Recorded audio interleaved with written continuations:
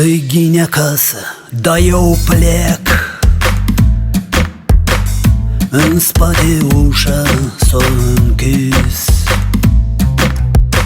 Nu-mi pasă, știu prin șansă trec. Eu cred că așa mi-a fost prescris. De ajuns cât mama m-a crescut, de ajuns cât alții m-au furat.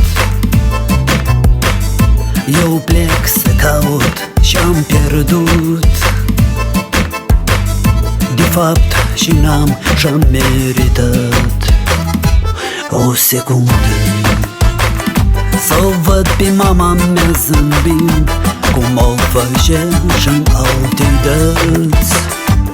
O secundă să-l văd pe tata liniștit, măcar am la bătrâneț.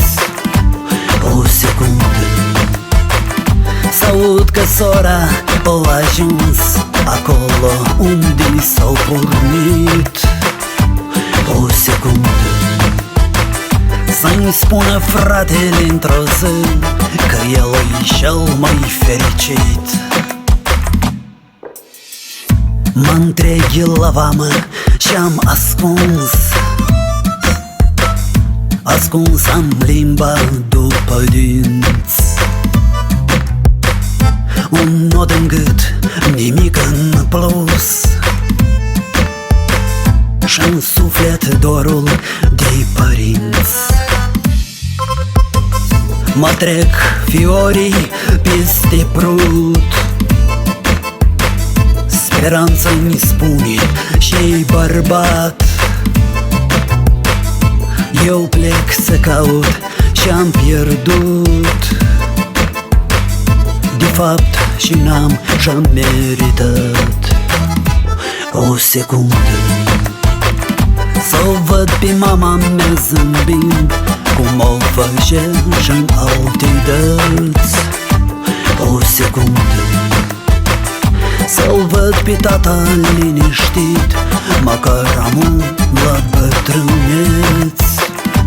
O secundă s-aud că sora a ajuns acolo unde s-au pornit. O secundă să-mi spună fratele într-o zi că el e cel mai fericit. Ceva ai uitat, ai uitat și anume, dar nu contează. Ceva ai uitat de când-ți amintești lucrează. Trebuie să ai bani la bancă, fiecare cu un cont, pentru fișor și fic, pentru nepoat și nepot. Da, fără motiv n-ai făcut nimic, că tu ai un scop de mic. Pischinare și sasferare și casă mare cu un amic. Școala nu prea te interesa, de diploma ai luat. Și-ai plegat în spate cu rucsac, cu trăier, lumea lung și în lat. N-ai cumpărat nimic la sfârșit de săptămână, pizza, măcar un cadou mai mic fericit o s-o faci și pe Marița. Dar ai fost și pe litoral, că ai făcut armata la marină și la munte jumătate de zi când s-o stricat în drum mașina. La o bancă ai strâns, la alta toți ai făcut casă cu pod, vreo două mașini cu garaj cu tot, dar sunt tot timpul în gât un nod. Dar și-ai uitat pe pris, că la bătrânețe să amintești, parcă ai trăit și ai de toate, dar ai uitat să trăiești. O secundă să-o văd pe mama mea zâmbind, cum o făcea și-n alte dăți. O secundă să-l văd pe tata liniștit, măcar am la bătrâneț. O secundă s-aud că sora a ajuns acolo unde s-au pornit. O secundă să-mi spună fratele într-o zi că el e cel mai fericit.